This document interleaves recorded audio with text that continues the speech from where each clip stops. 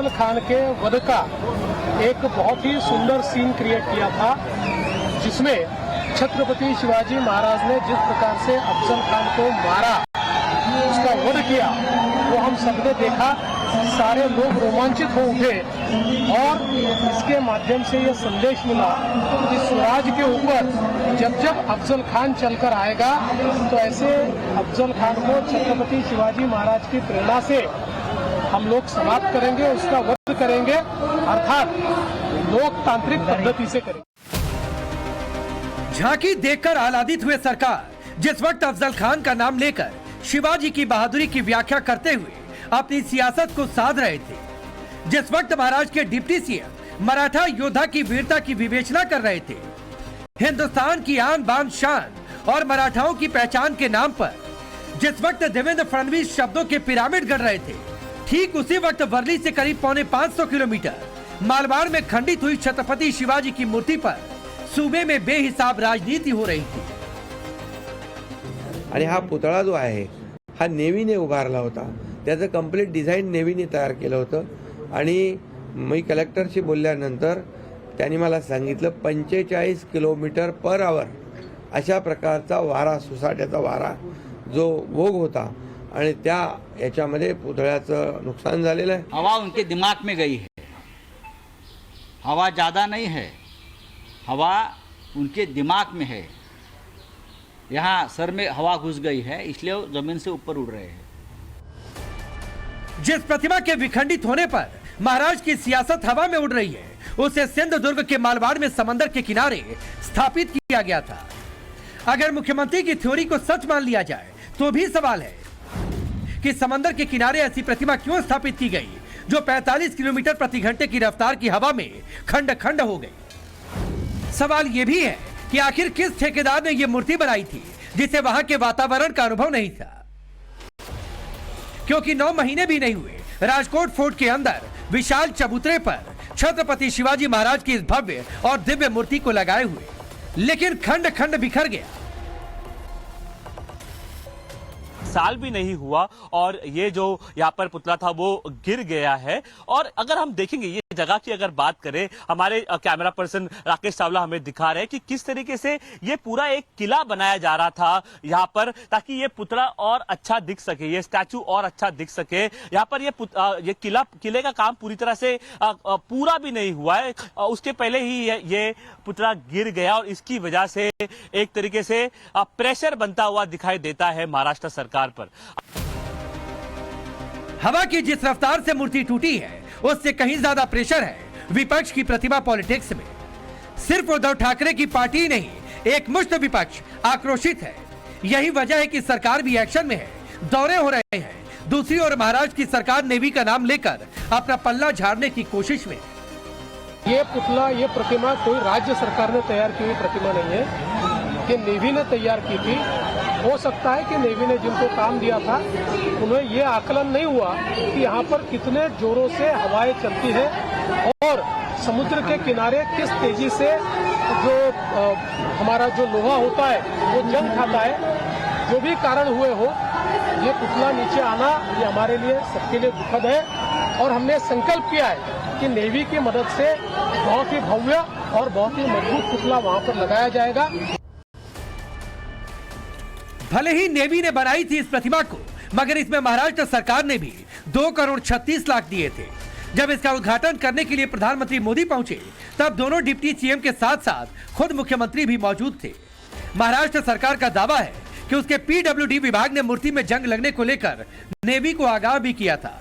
हालांकि प्रधानमंत्री मोदी की मौजूदगी की वजह से कांग्रेस के तेवर कहीं ज्यादा तल्ख है।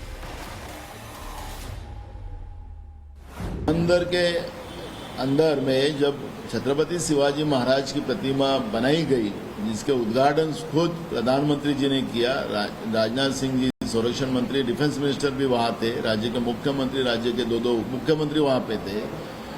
तो ये करते समय में वो मूर्ति किस तरह से बनाई गई, उसका स्ट्रक्चर क्या रहेगा, वो नेचर के आधार पर कैसा रहेगा, ये पहले सरकार ने क्यों नहीं जांच की।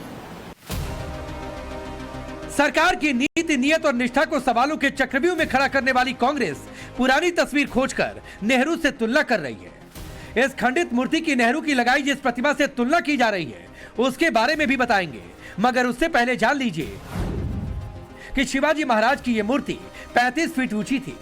यह मूर्ति स्टील की बनी थी। 4 दिसंबर 2023 को इसका उद्घाटन किया गया था। प्रधानमंत्री तो सिर्फ मुख्य अतिथि भरते, किसी अतिथि को क्या पता कि प्रतिमा किसने बनाई, कैसे बनाई। सरकारी स्तर पर कोई प्रतिमा अगर बनाई जाती है तो उसकी गुणवत्ता का निरीक्षण भी किया जाता है। इस प्रतिमा का भी बाकायदा निरीक्षण करवाया गया था। इस प्रतिमा का निरीक्षण करने वाले स्ट्रक्चरल कंसल्टेंट डॉक्टर चेतन एस पाटिल थे। उन्होंने ही प्रतिमा की स्टेबिलिटी एनालिसिस की थी। मूर्ति ढहने के बाद नेवी की ओर से कहा गया कि छत्रपति शिवाजी महाराज की प्रतिमा को नुकसान से नौसेना चिंतित है।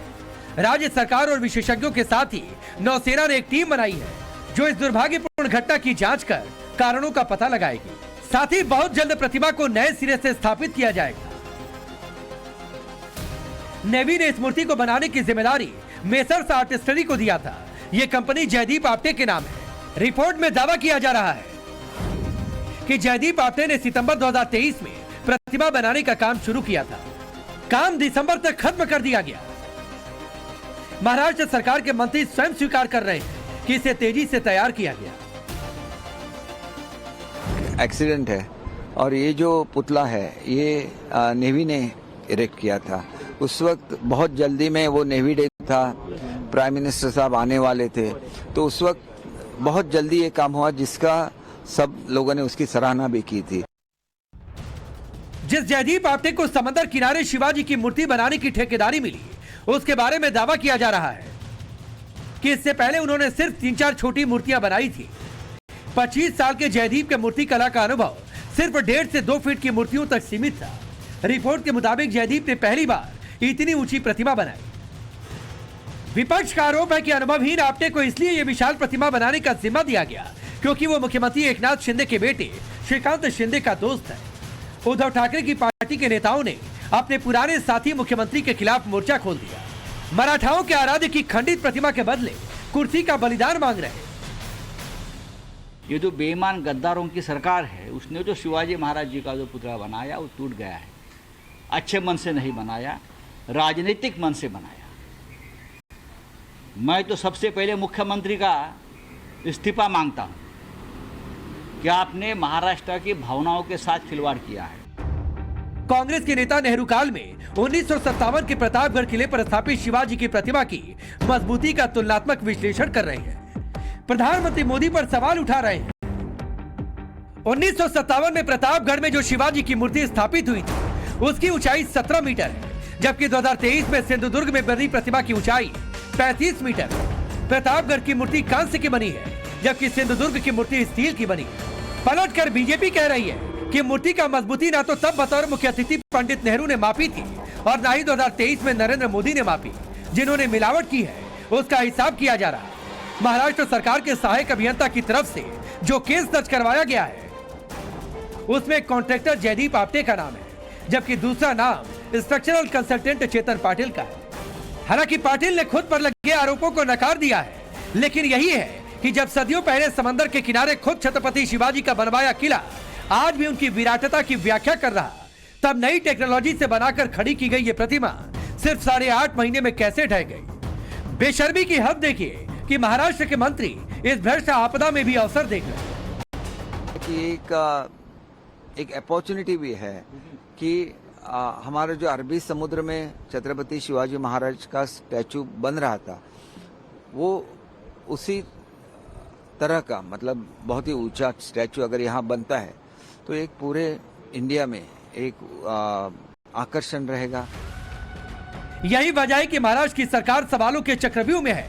विपक्षी पार्टी हिसाब मांग रही, जिससे महाराष्ट्र पूछता है उनके नाम पर भ्रष्टाचार करने वाले भ्रष्टाचारियों का हिसाब करने के लिए आवाज उठा रही। सिंधुदुर्ग से अरुणील सदादेकर के साथ bureau report, times now Bharat.